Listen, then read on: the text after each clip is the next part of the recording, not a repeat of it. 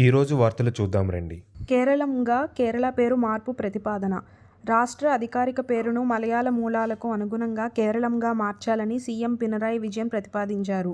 భాష మరియు సాంస్కృతిక వారసత్వాన్ని కాపాడేందుకు రాజ్యాంగంలో కూడా ఈ మార్పు చేయాలని కోరుతున్నారు. వెస్ట్ బెంగాల్ పేరు మార్పుపై మమతా బెనర్జీ డిమాండ్.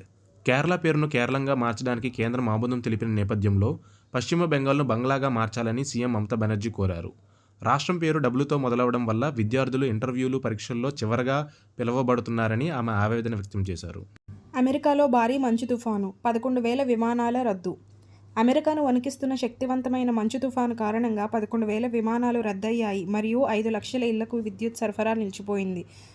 మసాచుసెట్స్లో అత్యధిక 2.8 లక్షల ఇళ్లు ప్రభావితమైనట్లు గవర్నర్ మౌరా హీలీ ప్రకటించారు. కర్ణాటకలో నిరుద్యోగుల నిరసన.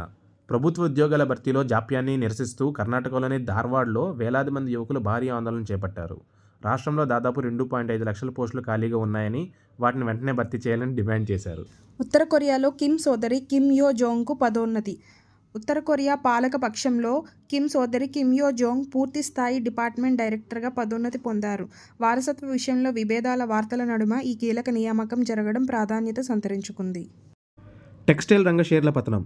ఎగుమతి ప్రోత్సాహక పథకం కింద రాయితీలను ప్రభుత్వం 50% తగ్గించడంతో టెక్స్టైల్ కంపెనీల షేర్లు భారీగా పడిపోయాయి.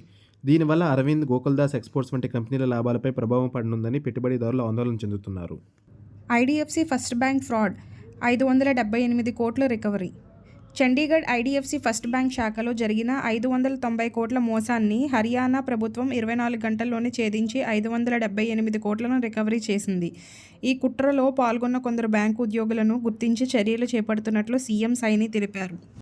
ఆంధ్రప్రదేశ్లో కల్తీపాలు తాగి 4 మృతి. రాజమహేంద్రవరంలో కల్తీపాలు సేవించి 4 ప్రాణాలు కోల్పోగా మరో 12 మంది అస్వస్థకు గురయ్యారు. మృతుల కుటుంబాలకు సీఎం చంద్రబాబు నాయుడు 10 లక్షల చొప్పున పరిహారం ప్రకటించి నిందితుడిని అరెస్ట్ చేయించారు. నేషనల్ మానిటైజేషన్ పైప్లైన్ 2.0 ప్రారంభం. ఫినాన్స్ మినిస్టర్ నిర్మలా సీతారామన్ 16.7 లక్షల కోట్ల అంచనాలతో మానిటైజేషన్ పైప్లైన్ 2వ దశను ప్రారంభించారు. రాబోయే 5 ఏళ్లలో మౌలిక సదుపాయాల అభివృద్ధి ద్వారా దేశ ఆర్థిక వృద్ధిని పెంచడమే దీని లక్ష్యమని పేర్కొన్నారు. ఇంగ్లాండ్ ఘన విజయం. హ్యారీ బ్రూక్ అద్భుత ప్రదర్శన. పాకిస్తాన్తో జరిగిన మ్యాచ్లో 2 వికెట్ల తేడాతో ఇంగ్లాండ్ ఘన విజయం సాధించింది.